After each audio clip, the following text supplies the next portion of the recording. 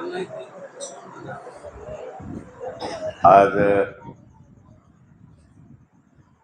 माझ्या मायभूमीमध्ये आपण सगळ्यांनी मिळून सत्काराचं आयोजन केलं. खरं तर हे काही माझ्याही डोक्यात नव्हतं. एके दिवशी सदा डुबरे आला हार घेऊन, आणखी सांगितलं की हे आले ते आले. मी म्हणलं कशाला बेजार होता रे, कारण आता गेली दीड आठवडा तेच चालू आहे. तुम्ही कोणी बेजार होऊ नका, मीच एका दिवशी गावात येतो असं मी बोललो. आणि मग आपल्या सगळ्या गावकऱ्यांनी, सगळ्या वडीलधारील मंडळींनी, तरुण मित्रांनी या कार्यक्रमाचं आयोजन केलं. मला वाटते ते माहीत चांगलं आहे.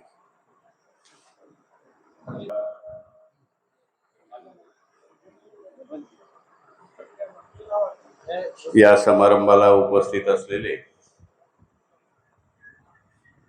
आपल्या गावचे दोन्ही माजी सरपंच श्रीरामजी बालू सावकार कोतलवाड साहेब,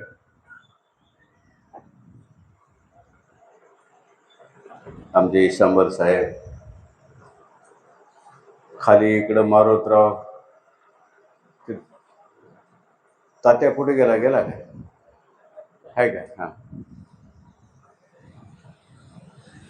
माऊली तुम्ही वरी आहे.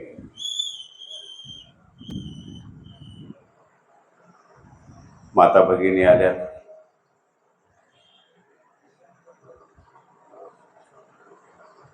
मला आज विशेष आनंद या गोष्टीचा आहे. असे हाराचे ढिगार आमच्या समोर रोज पडतात अलीकडच्या काळात.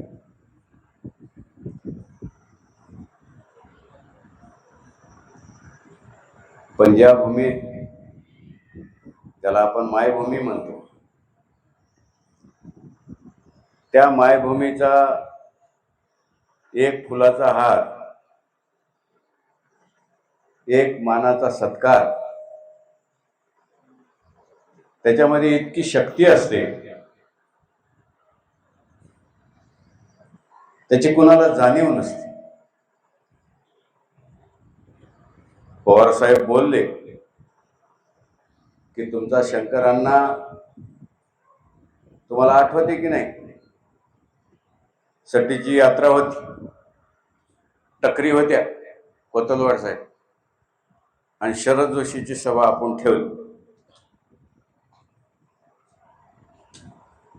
ते दिवस मला वाटते 1983चं वर्ष, नोव्हेंबरमध्ये. त्यालाही जवळपास आता हे 26, 46, 40, 44 वर्ष झाले. बघा, काळ किती लवकर निघून गेला. तुम्हा सगळ्या जुन्या माणसाला आठवत असेल, बाचोटी गाव हे इतकं भादर टकरी प्रेमी. आपण त्या दिवशी मुद्दाम गोल्या आंब्याकडे टकरी लावल्या होत्या, कारण ते आले तर आपल्याला टकरीचा डाव मोडता यावा म्हणून. काही लोक म्हणले आली गाडी माळावर आली म्हणले. त्या हाल्यावर धोंडे घालून टक्कर पळवली. आणि मला वाटते आता तिथं वस्ती झाली. त्यावेळी बालू सावकारचं दुकान नव्हतं, दशरथ घोडक्याचं हॉटेल होते. त्या पुढच्या मैदानात सभा झाली. केवढी सभा होती ती, बघता बघता 10 ते 15 मिनिटांमध्ये पुरी जत्रा गोळा झाली. मला वाटते 8 ते 10 हजार लोकांची ती सभा होती.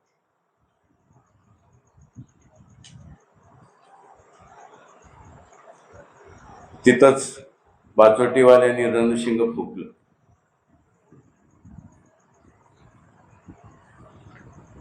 त्या दिवशी बाहेर पडलेला तुमचा शंकर अण्णा आणखी थांबला नाही.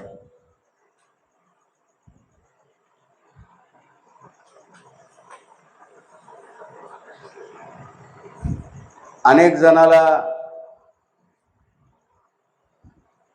उमजते की नाही मला माहिती नाही,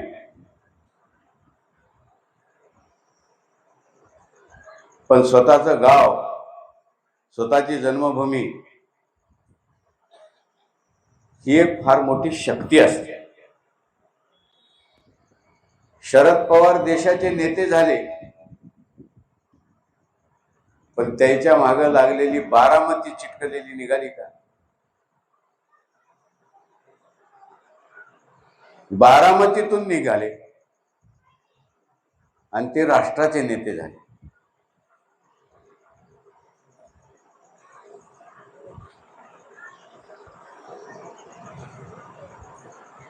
अनेक जणाला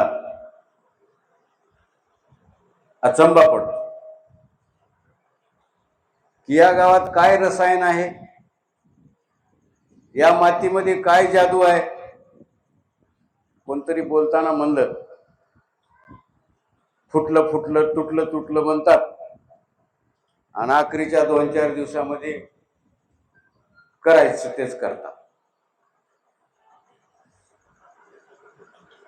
आहे या मातीमध्ये एक जिवंतपणा आहे, एक ऊर्जा आहे, शक्ती आहे.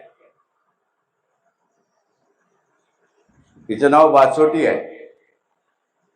खालचं काही नाही, सगळं चोटीवरलं आहे. आज किसन पाटील हयात नाहीत. मला अनेक गोष्टी आठवणीत येतात.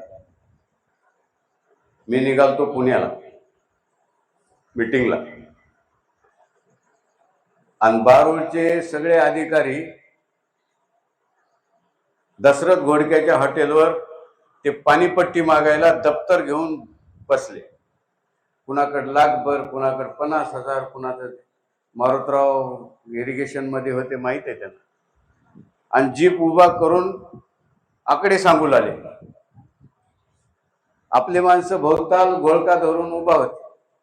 मी खालून घराकडून सुटकेस घेऊन आलो, तिथं किसन पाटील उभे होते. म्हणलं काय चालय किसन पाटील? अहो ते पानपट्टी मागायला आलेत बारूळचे, लाख लाख रुपये काढले अंगावर, लय अपाट, लय लोकांकडे काढले. मी म्हणलं बघू बघू. मला तर जायची घाई होती. मी म्हणलं किसन पाटलाला अलीकडे बोलून कानात सांगलं, त्याचं रजिस्टर घ्या आणि शंकरांना बघतो म्हणाले म्हणून इकडं आण, आणि मला देण्याच्या आधी सगळं रजिस्टर फाडून टाक. किसन पाटील बेडर माणूस, त्याला कशाचे भेव नव्हतं. ते मांडीवर घेऊन आकडे सांगू लागते. एक साहेब, 3 जण होते. ते म्हणजे तिकडं शंकरांना उभं राहिले. ते बघूत म्हणाले रजिस्टर कसं आहे. घेतलं की त्याचं मजापोसर येण्याच्या आधीच त्याचे पानं फाडून, टरा टरा टरा पानं फाडून रोडवर टाकले आणि जा म्हणले तुमचा हिशोब झाला. म्हणजे ही ऊर्जा कुठून येते? कुठवरही जा, कवट्यापोसर खाली, तिकडं बोरीकड सुद्धा, या मनार पट्ट्यात लाईनमॅन वीज तोडायला गेला की त्या लाईनमॅनाला त्या गावामध्ये त्या गावचे लोक म्हणायचे, आधी बाचोटीचं डिस्कनेक्शन करून या, की बाचोटीचं तोडून या, मग आमचं तोडा. हे 1 नाही 2 दिवस नाही, सलग 25 वर्ष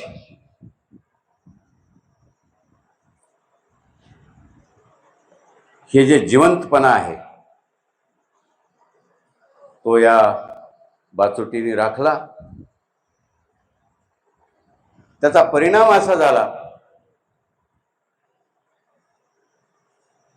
की ही तुम्ही सटीच्या दिवशी पेटविलेली ही मशाल बघता बघता राज्यामध्ये पसरली. त्याही वेळेला माझ्यापेक्षा महाराष्ट्रात नेते अनेक होते, पण त्या संघटनेचं महाराष्ट्राचं अध्यक्षपद माझ्याकडे आलं. आणि मला वाटते शेतकरी चळवळीमध्ये शेतकरी संघटनेच्या काळात महाराष्ट्राचा 2 वेळा अध्यक्ष होण्याचा मान कुणालाही मिळाला नाही, तो मला मिळाला.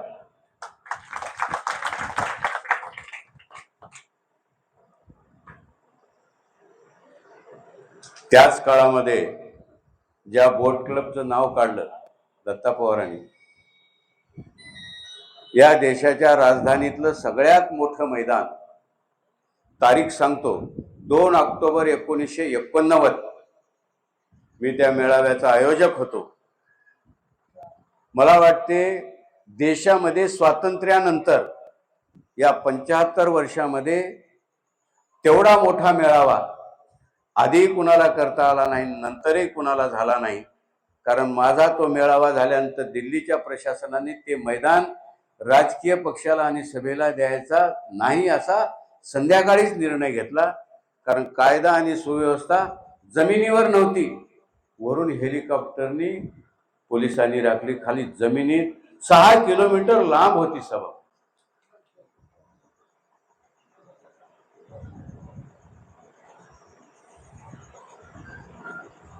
आज मला एका गोष्टीचा आनंद होतो. आता शेवटी कार्यकर्ता आहे, मान सन्मान होतो. पवार साहेब, मी कुणाच्याही टाळाला घासलेलं नाही. मला नक्की माहित आहे, मी विश्वनाथ प्रताप सिंग साहेबाला आणायचा निर्णय मी प्रस्ताव मांडला. माझ्या अनेक सहकार्यांनी, त्यांना काय कळते शेतीतलं, विरोध केला. मी आणि आज कोपरगावचे भास्करराव बोरावके हयात नाहीत, 2 जण दिल्लीला गेलो, VP सिंग साहेबाच्या घरी गेलो.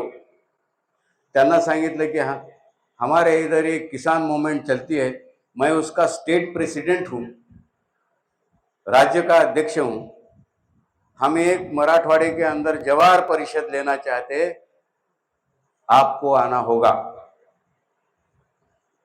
ते मला कोई बात नाही, कारण ते त्यावेळी काँग्रेस सरकारमध्ये बोफोर्सच्या मुद्द्यावर बाहेर पडले होते. काँग्रेसमधून ते वित्तमंत्री होते, अर्थमंत्री होते. आणि देशात कुठेही जाईल तिथं 25,000 माणसं जमायची VP सिंगाच्या सभेला. आम्ही म्हणलं आपला शेतकऱ्याचा विषय त्याच्या तोंडी घालू,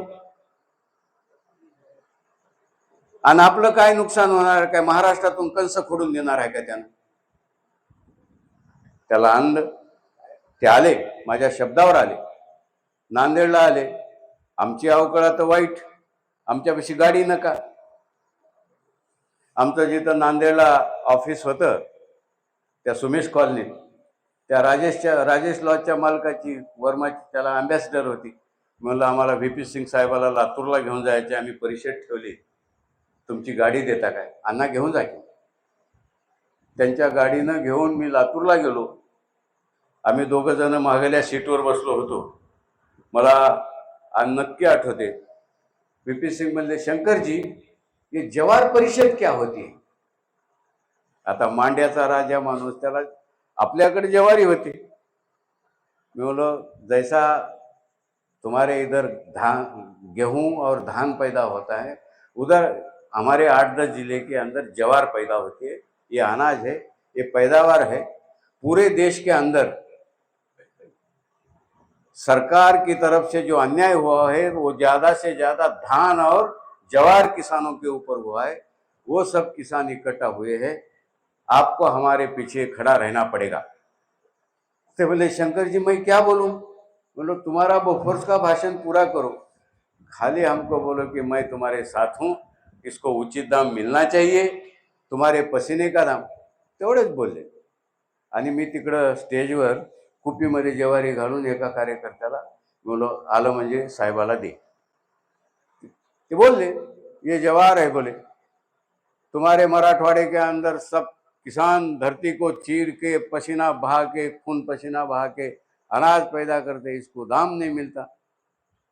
ये टाटा बिरला भी नहीं कर सकता, किसान करता है, उसको न्याय मिलना चाहिए, उसकी कर्ज माफी होना चाहिए, मैं तुम्हारे पीछे खड़ा रहूंगा। बोल बोल फुटला ना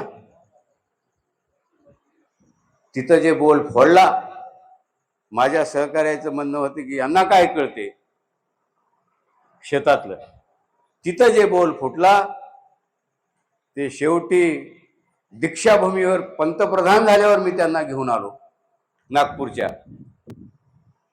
अनेक जणांना काड्या केल्या, प्रधानमंत्री झाल्यावर आता काय हो, ते बोले शंकर जी मैं आज नहीं आ सकता, मैं बोला आपके भरोसे हमने किसानों को बुलाया है पूरे राज्य की। एक दिवस सभा थांबवणारा या देशातला एकमेव तुमचा शंकर धोंड। एक दिवस 1 लाख लोकांची सभा थांबवली मी, बोला हम नहीं जाते राजा जी, हम रुके रहेंगे, तुम कल आ जाओ। थांबवली, दुसऱ्या दिवशी आले। आता प्रधानमंत्र्याचा काय थाट असते, तिथं भानगड मोठी, सुरक्षा। ते म्हणजे 3च माणसं स्टेजवर राहू शकतात, ठीक आहे बाबा 3। ते म्हणजे काही जेवाय खा। आता माझा एक मित्र होता शरद बोबडे, जे या देशाचे सर्वोच्च न्यायमूर्ती, माझे मित्र होते, सरन्यायाधीश या देशाचे।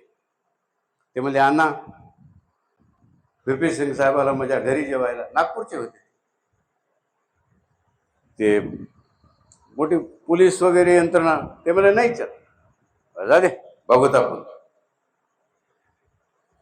तिथं आले, ते बोलले शंकर जी ने कहा है मेरी जबान है, मैं तो देश का प्रधानमंत्री हूं, अब मेरी जबान कई करोड़ की है, किसान का कर्जा माफ करेंगे। कसं असते,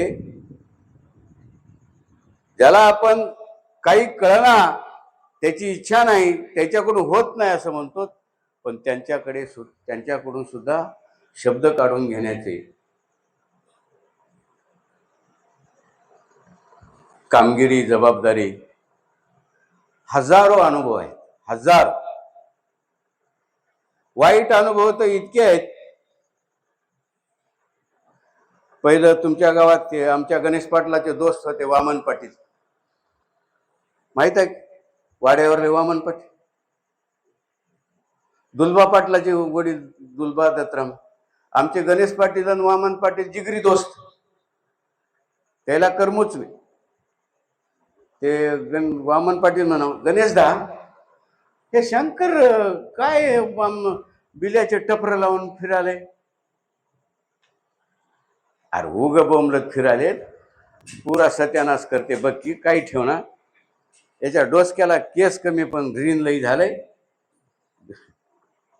बर गणेश पाटील साधा भोळा मोगलाई माणूस, या वस्तीचा तोगरे सर 20 वर्ष बिनविरोध सरपंच होते, मोगलाई म्हणून। पण त्या माणसानं कधी अशी वाकडी जबान या वस्तीमध्ये त्यांच्या संपूर्ण हयातीत गोरगरिबाला या गावामध्ये कधी शिवी घातली, कधीच वाकड बोललं नाही। आज आपल्या बळी वाघमारेचा मुलगा वैजनाथ याने एक लेख लिहिलाय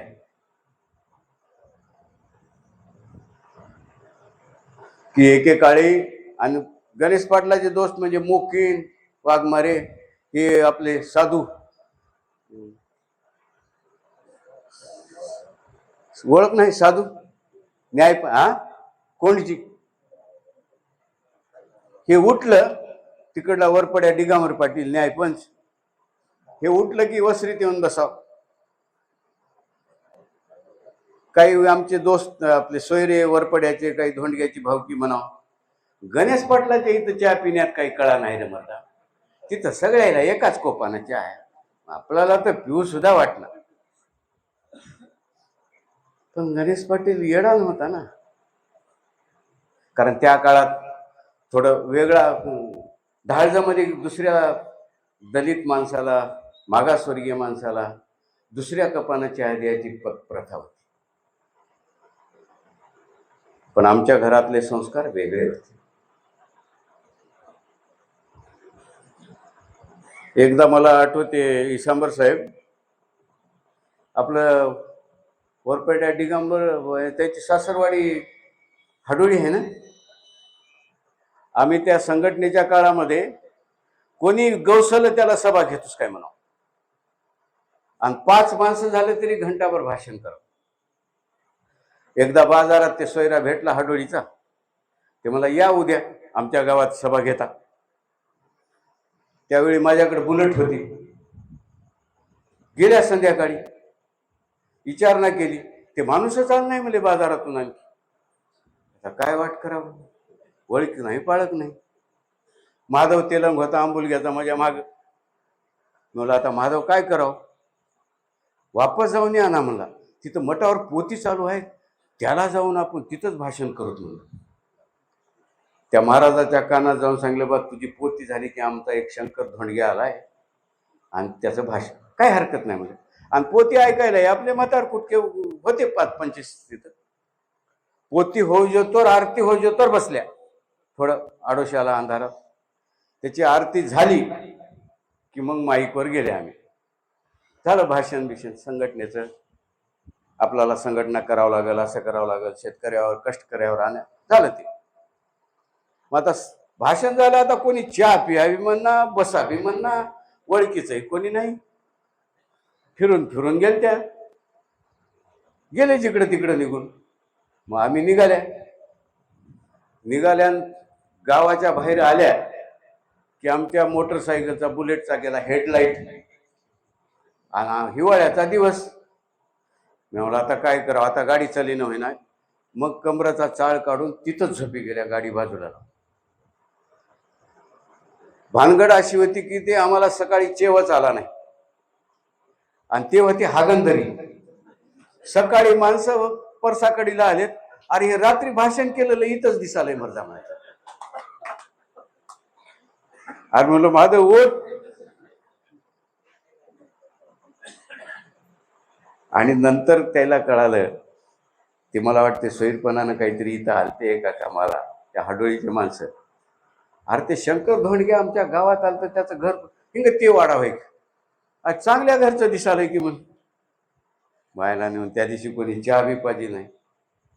मित्र, आमच्या जीवनातले हजारो प्रसंग असे आहेत, हजारो खरतड प्रसंग आहेत.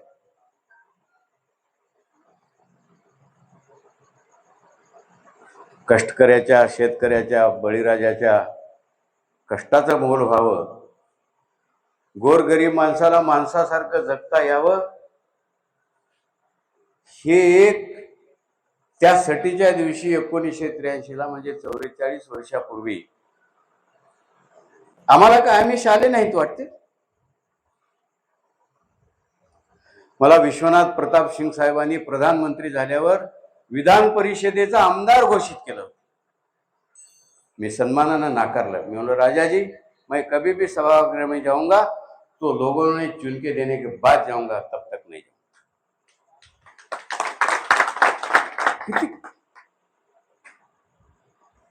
संपूर्ण 40 वर्षाच्या प्रवासात किती जणांना डोळे मारले असतील, काय काय झालं असेल. आणि एक तुमच्या गावातला साधा कार्यकर्ता दत्ता पवार म्हणले, तुमच्या गावानं शंकर धोंडग्याला नांगोर हाणताना बघले. नांगोर हाणताना नाही हो पवार साहेब, खत भरताना उकंड्यावर बघितले. उकंड्यावर एकटा खत भरीत गेला, शेतात नेऊन टाकीत गेला. डुबऱ्या धोंडीबा पाटील नाही.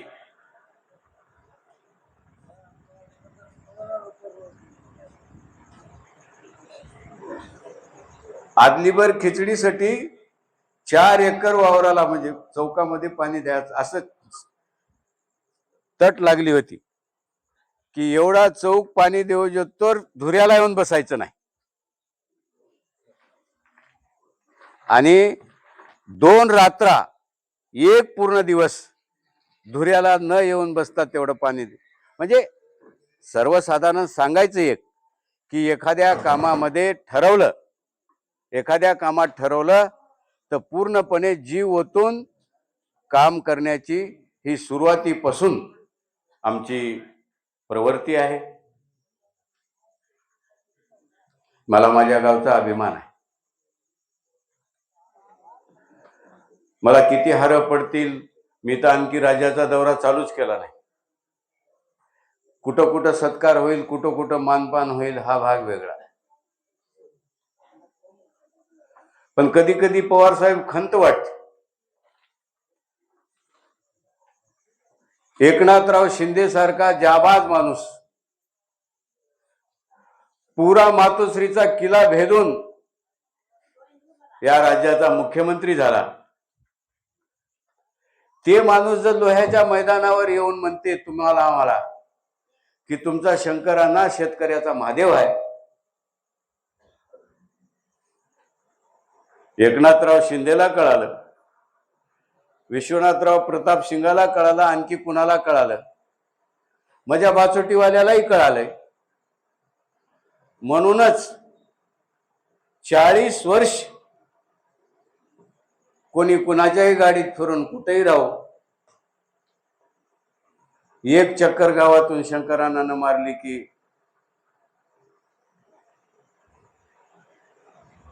हे तुम्ही इमाने इद्वारे तुमच्या ध्येयासाठी काम करता, हे त्याचं गणित आहे.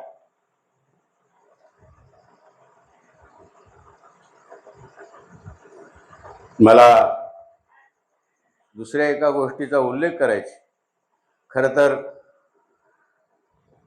दिलीप दादा म्हणले मध्ये दिवस नकर आम्हाला, तुम्हाला असते, आम्हाला काही. राजकारणात चढ उतार येतात. म्हणतात आता शंकरांना म्हातारं झालंय, आता त्याच्या संग कोणीच राहील नाही, एक दत्ता पवार सोडला तर कोण हाय. पण 40 वर्षाचं चांद्यापासून बांद्यापर्यंत तयार केलेलं पुण्य ते समुद्रात थोडंच पडते. ज्या दिवशी एकनाथराव शिंदेची सभा लोह्याला ठरली, काळ बी कठीण होता. त्या दिवशी शिवरात्रची, महादेवाचे लग्न. मी आदल्या दिवशी मांडव बघायला गेलो, तिथली जागा. लोह्यातले सगळे पत्रकार म्हणले अण्णा लोह्यामध्ये कुजबूज आहे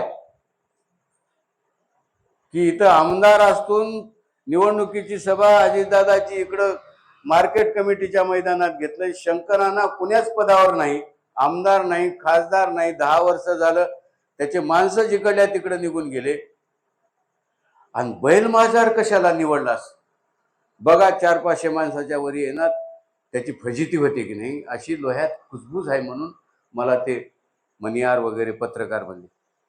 मी म्हणलो तू टेन्शन घेऊ नको. या मतदारसंघात मी 2 वेळा पदयात्रा केल्यात.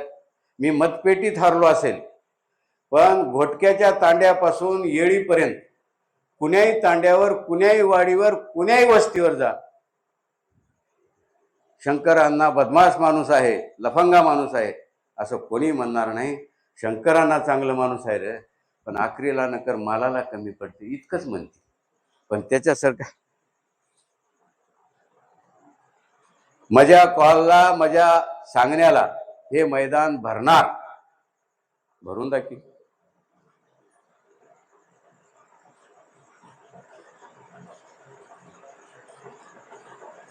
मी कुंभारासारखा माणूस आहो. किती मडके केले की, किती फुटले की, कुठं कुठं पडले की पत्ता सुद्धा नाही. पण मी माझी जी काही माझ्या 1983ला बाचोटीच्या मैदानावर 40 वर्षाखाली जे ध्येय ठेवून, जे संकल्प करून त्याची वाटचाल केली, त्या सगळ्या वाटचालीचा केंद्रबिंदू म्हणजे तेच आहे. मला एकनाथराव शिंदे शिवसेनेकडे जाताना सुद्धा अनेक जणांनी म्हणले की यांना मॅचिंग होईल काय. म्हणजे म्हणलं आम्ही जिथं जाऊ तिथं बरोबर मॅचिंग करतो. त्यांनी त्याही दिवशी नारा लावला, जय भवानी, जय शिवाजी, जय जवान, जय किसान. शंकरांना आल्यानंतर एक नारा वाढला म्हणल्या. आमचं ठरलंय, तुम्ही माझे मायबाप आहो, तुमच्या कानात सांगून ठेवतो, आमचं ठरलंय. मी त्यांना सांगितलं की या प्रगत महाराष्ट्रामध्ये शेतकरी आत्महत्या करण्यामध्ये महाराष्ट्र नंबर 1 आहे. हे साहेब चांगलं नाही. आपल्याला हे शून्यावर आणावं लागेल. काही गोष्टी कराव्या लागतील. अण्णा तुम्ही सोबत या, तुम्ही म्हणताल तसं मी करीन. आम्ही म्हणलं 2 वर्ष तुम्हाला काही मागणार नाही आणि तुम्हाला आता मुख्यमंत्री होण्यापासून कोणी रोखूही शकत नाही. आम्ही हे सगळा मेळा गोळा करू, राज्यभरातला तुम्हाला उभा करू. ज्या दिवशी तुमच्याकडे पेन सहीची येईल त्या दिवशी मात्र आम्ही म्हणलेल्या गोष्टी तुम्हाला कराव्या लागतील. आणि त्यांनी वचनाचा पक्का आहे बरं माणूस, नेता पुरा वचनाचा. काय बी हो द्या, एकदा शब्द दिला ना मागं हटा. आणि म्हणून हे पाऊल आम्ही उचलले. तुमच्या विश्वासावर आहे. मला नक्की माहिती आहे आज पहिली शाखा, पहिली टकरीची सभा आणि आज पहिली शाखा बाचोटी इथून सुरू झाली. संभाषणवाड रुंगलास काय नाही. पहिल्या शाखेची सुरुवात बाचोटी इथून झाली. मला वाटते आता ही मशाल किंवा हे वनवा किंवा हे वादळ किंवा हे काम येत्या 1-1.5 वर्षात महाराष्ट्राला गोळपाटा घेतल्याशिवाय राहणार नाही, याची मी तुम्हाला खात्री देतो. आणि माझे हातपाय चांगले आहेत, तुम्ही काही टेन्शन घेऊ नका. कोतलवाड 2-2 पदयात्रा केलेल्या या देशात कोणी माणूस आहे का? वाडी तंड्यावर होय माऊली. संडासला आता मोटरसायकलवर चलेत. ओके आहे, आमचं ध्येय अपुरं आहे. ते ध्येय आम्हाला पूर्णत्वाला न्यायचं आहे. तुम्ही कुठेही मराठवाड्यात जाऊन फिरा, 21 तळे एक तळ बांधता आलं का कुणाला? पार घोटक्यापासून गोगदरीपासून. मी आता त्याचा उल्लेख नाही करत. आणि या सगळ्या गोष्टीच्या मागे मूळ बाचोटी ही माझी ऊर्जा आहे. बाचोटी हे माझं पॉवर सेंटर आहे. बरेच जण म्हणतात 1दा-2दा पडल्यावर माणसं झाडाखाली जाऊन झोपी जातात, सरपंच जाऊ दे जवळ दे म्हणतात. अण्णा इतक्या बाऱ्या पडून, इतकं हे सगळं दगदग, एवढं सगळं करून तुम्ही आणखी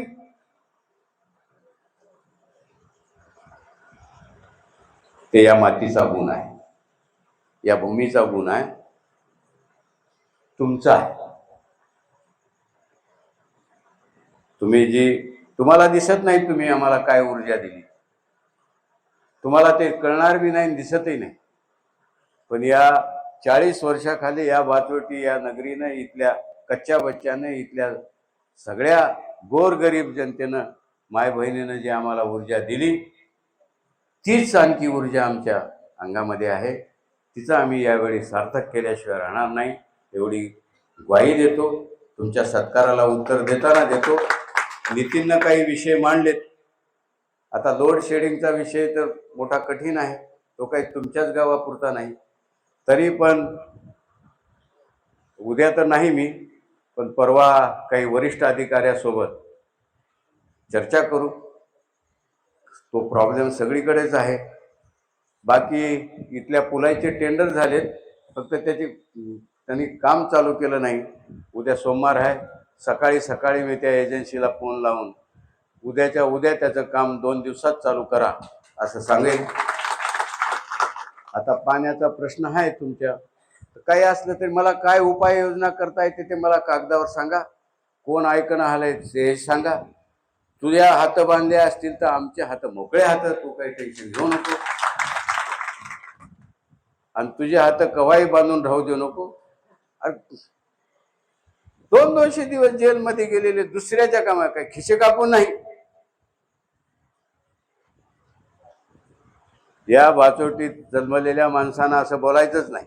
हा, कुठं डाका घातला, कुठं वेशेच्या गलीत, कुठं दारूच्या आड्या नको त्या कामात जर तुम्ही सापड, तुमच्या शंकरानाचं काय ऐकण्यात आलंय काय? नाही ना. 40-50 वर्ष नेते मोठे बिघडून राहतात, नेत्याच्या घरचे लेकरही बकळ बिघडतात. तुमचं घर सोडून 40 वर्ष गाव सोडून फिरतो, तुम्ही म्हणलेल्या वरच्या टॉप लेवलच्या मांडीला मांडी लावून बसतो, पण इज्जत जाऊ दिली नाही. मी माझ्या प्रतिष्ठेने इज्जत. तुम्ही केसीआरचं नाव घेतलं, तेलंगणाच्या मुख्यमंत्र्याचं, पवार साहेब. रात्री 2-2 वाजता मला फोन यावा, अण्णाजी क्या किया, काय? त्यानं 200 कोटी रुपये खर्चिले असतील इसांबर साहेब. आता इथं मरुमायन तुम्हीच माझे देव आहात, तुम्हीच माझा दरबार आहात. मी इथं शब्दानं, एका शब्दानं सांगतो, त्या माणसाच्या 1000 रुपयाला स्पर्श केला नाही. आणि म्हणून त्या माणसानं संपूर्ण महाराष्ट्राची जिम्मेदारी माझ्यावर टाकली. 2 वर्षामध्ये सगळ्या महाराष्ट्राच्या नेत्याला धडकी भरल असं मी वातावरण तयार केलं. पण आता बॅड लक. मी त्यांना म्हणायचं की सर जी, छोटे बच्चे ने मुझे गाड़ी लेके दिया है, बड़े बच्चे ने 20 लाख दिया है, देखेंगे खत्म होने के बाद. माझं 20 वर्ष मुंबईत ऑफिस होतं, राष्ट्रवादीचा मी आघाडीचा अध्यक्ष. माझं 100 रुपयाचं व्हाउचर नाही. मी तुमची, माझी, सर्वाची, सहकार्याची, माझ्या कामाची मी इज्जत जाऊन कुठं काही मिळव. मी इज्जतीनं राहतो, प्रतिष्ठेनं राहतो, मानानं राहतो. म्हणूनच सगळ्याच्या मांडीला मांडी लावून बसतो. माझ्यामध्ये ते नैतिक सामर्थ्य आहे. मी अपराधी नाही, आरोपीच्या पिंजऱ्यात नाही. पवार साहेब, टाळ वेळेला घासायचा विषय नाही. हे माझं भांडवल होय, समोर बसलेलं माझं भांडवल होय. हे माझी पॉवर सेंटर आहे. मी कुणालाही दबणारा माणूस, कुणालाही दब. मरणाचं भेव नाही, हातबीत बांधले तसं काही म्हणू नको. जनतेच्या सेवेसाठी, जनतेच्या कामासाठी सेवाभाव मनात असेल प्रामाणिकपणे, कोणी काही वाकडं करू शकत नाही. आणि हाताने एवढे माझं जन्मगाव होय, ठीक आहे. मी काही काळ वेळ मिळाला नसेल, मी या गावाची प्रतिष्ठा कशी कमी होऊ देईल? तेवढ्याच ताकदीनं, तेवढ्याच प्रतिष्ठेनं आपण पुन्हा उभा करू. मला आज आपल्याला आनंद वाटला, तुमचा पुष्पहार. कारण बरेच जणांचे रोज पुष्पहार, शाल पुष्पहार, त्याच्या मागे काही हेतू असते, स्वार्थ असतो, काही वजन राहते. पण बाचोटीच्या पुष्पहाराचं मला काही वजन नाही. माझ्या कामाची ती पावती आहे. निश्चितपणे येणारा काळ आपण पुन्हा उभा करू, पुन्हा उभा करू. याच्यापेक्षा चौपट ताकदीनं उभा करू. कारण एकनाथराव शिंदे हा धाडशी माणूस आहे, हा कुणाला दबणारा नाही आणि दानशूर बी आहे. दानशूर म्हणजे कळालं की आता, म्हणजे कोणी समोर आलं कुण्या हत्यारानं तर त्याला आडवं करायची कुण्याही आघाडीवर ताकद असलेला हा नेता आपल्या पाठीशी आहे. त्यांनाही आनंद आहे की बाबा हे इतके चांगले माणसं, अनुभवी माणसं आपल्या या पक्षात आलेत. पक्षाचंही बळ वाढेल. आपण पुढच्या काळात ते निश्चित करू. मला तोगरे सर येताना म्हणाल ते आणा, महादेव म्हणाल खंदारला पाणी जोरात चालू होत, आणि पाणी कार्यक्रम होईना काय की हो पाणी लय जोरात चालू. म्हणलं जाऊत आपलं काय, खंडोबाच्या मंदिरात बसूत, मर्याच्या तिथेही शेड आहे, कुठेही बसूत. आणि काय नुसतं तोंड दाखवून आलं तरी आपलं ते कासवाच्या पिल्यासारखं आहे. त्याला काय दूध पाजवायची गरज नाही, नुसतं एकमेकाच्या डोळ्याने. आणि खरंच सर, म्हणजे तुम्हाला अद्भुत वाटेल, आजही तेच आहे, काहीच नाही. चिचं खालून निघालं असं, खालून बौद्ध राजवाड्यातून असं वरी मारुतीकडून, वरून असं तिकडून सोनाराच्या गलीकडून वरी स्टेशनला आलं त्यानं मला आणि मी त्याला बघलो की विषय संपला. फक्त नजरानजर झाली. कोणीतरी म्हणलं इथं आणखी आमच्या गावातल्या बाई लेकीवर कोणी जाच केला तर सांगू काय शंकरानाला म्हणतात. ही या गावची पवारसाहेब म्हणलं ती संस्कृती आहे, मोठेपण आहे. आपल्यापेक्षा अनेक श्रीमंत गावं असतील, तर मोठ्या मोठ्या नेत्याची गावं असतील, पण या गावामध्ये एक वेगळं रसायन आहे, वेगळी ऊर्जा आहे. आणि तीच ऊर्जा घेऊन मी 40 वर्ष काम करतो. भविष्यातही निश्चितपणे आपला संकल्प पूर्ण होईल, मलाही खात्री आहे. पुन्हा एकदा आपल्या सगळ्यांचं लहान थोरायचं, ज्यांनी ज्यांनी सत्कार केलाय त्या सगळ्यांचं मनापासून आभार व्यक्त करतो. आणि मी कधी कुणाला पक्षीय राजकारणात सुद्धा आमदार होतो, ताकदवाला होतो, दादागिरी होती. आम्ही कधी कुणाला 100 रुपयाची टाच सुद्धा दिली नाही सर. आणि एखाद्या कार्यकर्त्याला घरात बोलविलं सुद्धा नाही की तू त्याचं का करालास, कुणाला दम दिला नाही. सरळ मनाने आम्ही काम करतो. आम्हाला माहिती आहे तुम्ही सगळे गावकरी ज्येष्ठ आहात, वरिष्ठ आहात. चिंता करू नका. तुमचा शंकरांना आणखी आणि मजा पसरी आला का हाय की दिलीप दादा आहे, नाही तर आखरीला मला फोन आहे, मी तुमच्या सोबत उभा आहे. आपण आपल्या गावची प्रतिष्ठा, मान सन्मान आणि संस्कार हे येणाऱ्या काळात सुद्धा बिघडू द्यायचे नाहीत. थोडंफार बिघडलं असेल तर अलीकडच्या 5-6 महिन्यात आपण सगळे बसून त्याच्यावर मार्ग काढू. तुम्ही त्याचं टेन्शन घेऊ नका. गाव ही आपली शक्ती आहे. मोठे माणसं जातील, नांदेडला जातील, कुठेही राहतील, मुंबईला जातील. आता आपलं शेत घर सोडून आपण कुठे जाऊ? आपल्याला याच गावाला स्वर्ग करावा लागेल. याच गावची याच इथंच आपल्याला बाबाराव जे आमचे आपल्याला इथंच सगळं समृद्धी आणावं लागेल. पुढच्या वाटचालीत आपण ते करू. चला थांबतो, कारण मला आणखी पुढे जायचं आहे.